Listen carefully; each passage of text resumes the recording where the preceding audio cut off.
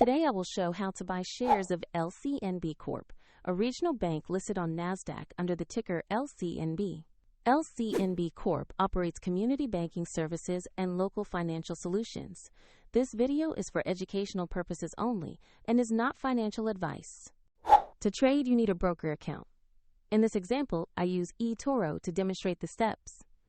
After registering, you will need to verify your account, usually with an identity document, and add funds before you can place a trade. Use the platform's search bar and type the ticker LCNB to find the company. Check the search results carefully to locate the NASDAQ listing for LCNB and select the matching stock. On the stock page, you will see basic company details and a price chart.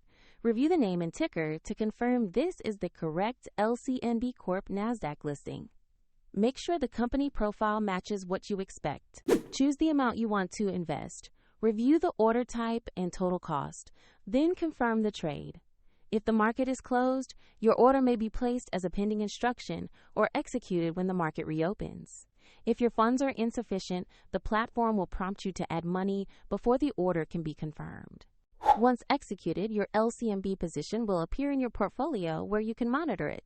For convenience, the registration link is included in the video description below.